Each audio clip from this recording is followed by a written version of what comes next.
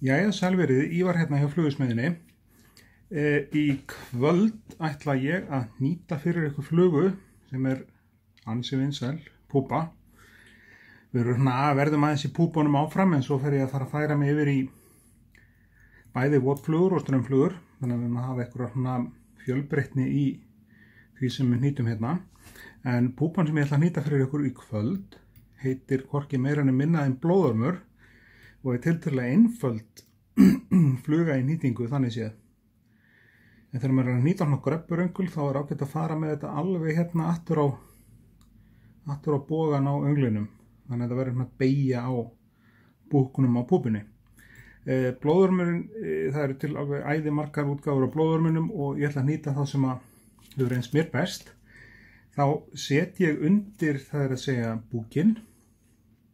Þá set ég undir hann sem sé svona silfur tinsel, hollow silfur tinsel eitthvað meginn sem glitrar á og vínilripp yfir það. Það gerir það að verkum að liturinn á búknum verður aðeins öðruvísi og endurkasta ljósi öðruvísi og svona, það er skemmtilegri. Þetta eitt sem ég langaði að sýna ykkur hérna. Ef að rúlla af einhver efni fer í algjört rugl eins og þessi gerði og með aðra hérna, þá ráðum við því ekki henda þeim, heldur bara setja þær í eitthvað svona lítinn poka, það fáið alltaf fullt af svona lítinn pokum þegar eru að kaupa nýtingaefni. Setja þetta í lítinn poka og svo bara takið bút upp úr þessu. Alls ekki henda það. Sjá, þá kemur silfur tinselið, þetta svona silfur hollow eitthvað neginn, það glitrar á þetta. Ég notaði þetta í alls konar flugur. Ætlaði að henda þessu af því að rúllan fór í slitna á rúllunni hjá mér og ég var álagt að gera það nú alls ekki. En þá kemur þetta svona og það er ekkert af því þó þið farið með rauðan tvinna yfir þetta, það tekur ekki glampan af þessu allan, alls ekki. Heldur þetta fyllilega þess virði að skella þessu upp undir. Hún voru líka aðeins feitari fyrir viki. En svo náttúrulega vitið að því að þið viljið hafa flugur svona feitar og pattaralegri þá bara setja ullagatni eða árórugatni eitthvað undir búkinn til þess að gera hann gildari. Það er ekkert öðruvísi. Og þetta komið. Læsum við þessu hérna niður.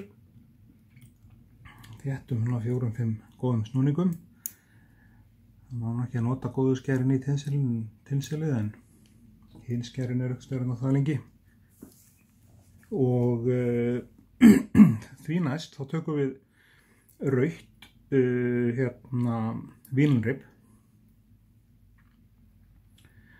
og eina sem við þurfum að passa þegar við erum að vinna með vínilrippi það er að láta það sést ekki á mynd sko, en það er að kíkja á endan á því og sjá í rauninni, það er að láta réttan enda á því snúa niður. Ég ætla að festa þetta bara hérna framan, vefja þessu hérna aftur á. Og ég veit, það er að segja að kúfti endin á að snúa út. Það eru öll vísindin með þetta ágæta efni sem vínilrippið er. Sjá, þá vef ég þetta þannig að þetta fari utan sjálft sig. Þetta getur verið smá vesen að byrja með vínilrippið. Vínilrippið það er svona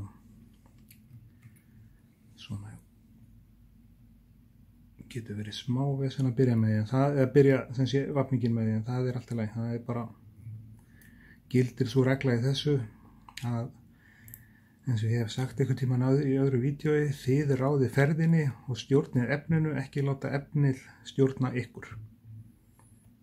Það er rosalega góð regla að hafa í huga þegar maður er að nýta flugur. Stundum þarf að taka aðeins á efninu til þess að hreinlega bara hafa stjórn á því. Ég ætla að sýna ykkur það þegar við förum í laxaflugurnar, hvernig ákveðna fjaðrir vilja stundum láta leiðilega þegar maður tekur ekki rétt á þeim. Svo er allt í lagi að hafa hann hérna aðeins þykkari að framan. Það gerir ekki til þó að komi smá að vera aðeins gildari hérna framan.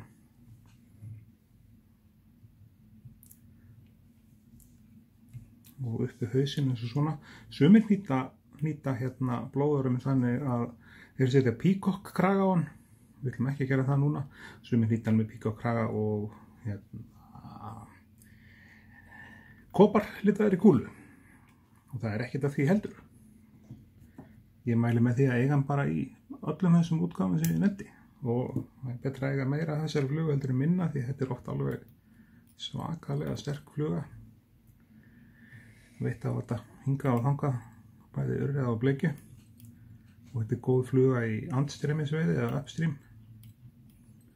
Og þá get ég ekki betur séð en að flugan sé bara alltaf því klár.